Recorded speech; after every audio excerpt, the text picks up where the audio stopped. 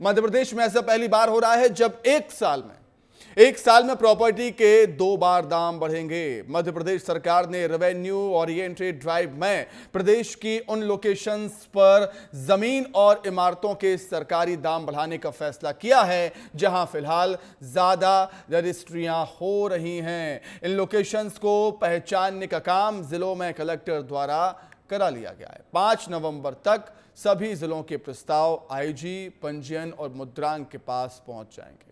6 नवंबर को केंद्रीय मूल्यांकन समिति जिलों से आए प्रस्तावों को अंतिम मंजूरी देगी। इसके बाद 2500 से अधिक लोकेशंस पर प्रॉपर्टी के रेट 1 साल में दूसरी बार बढ़ जाएंगे।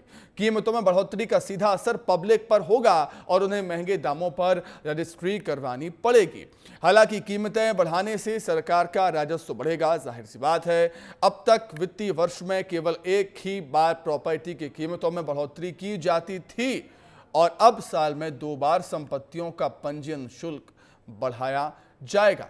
मध्य प्रदेश में कहां प्रॉपर्टी महंगी हो रही है, आपको ग्राफिक्स के माध्यम से भी हम बता देते हैं। सबसे पहले बात राजधानी भोपाल की हो जाए। भोपाल में 243 लोकेशंस ऐसी हैं जहां पर दाम बढ़ेंगे। इंदौर में 469 लोकेशंस पर दाम बढ़ने वाले हैं। ग्वालियर में 137, उज्जैन में 91, रीवा में 79 लोकेशंस पर दाम बढ़ेंगे और सागर में 71 लोकेशंस पर दाम बढ़ाए जाने हैं।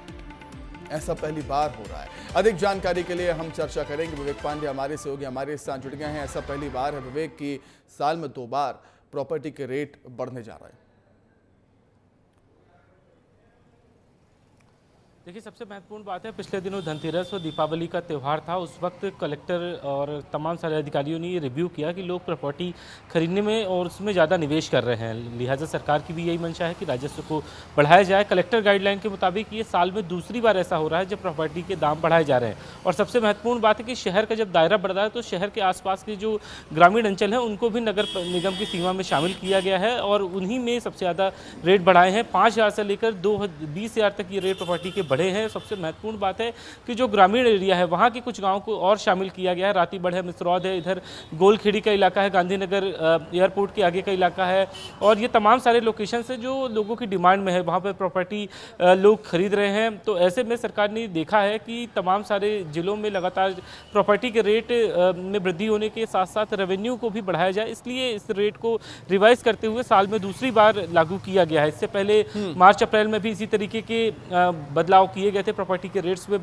बढ़ोतरी हुई थी। खास तौर पे सरकार को रेवेन्यू, स्टाम्प ड्यूटी और रजिस्ट्री से सबसे ज़्यादा रेवेन्यू मिलता है और लोग रजिस्ट्री कराते हैं तब उनको ज़मीन या प्लॉट मिलता है। तो ऐसे में सरकार ने देखा है कि लोग प्रॉपर्टी में ज़्यादा निवेश कर रहे हैं, तो ऐसे में सरकार भी इसको लेकर ये काम करे कि लोग जब प्रॉपर्टी खरीद रहे हैं तो उससे सरकार को भी रेवेन्यू ज़्यादा मिले। और यही वजह है कि भोपाल कलेक्टर ने ये प्रस्ताव है आईजी, पंजीयन और मुद्रा को भेजा है। अब पूरे प्रदेश भर में भी इसी तरीके के प्रपोजल बुलाए गए हैं। भोपाल से इसकी शुरुआत हो गई है। इंदौर, जबलपुर, ग्वालियर के भी कलेक्टर जल्द ही का राजस्व बढ़ेगा लेकिन बोझ बढ़ेगा जनता के ऊपर।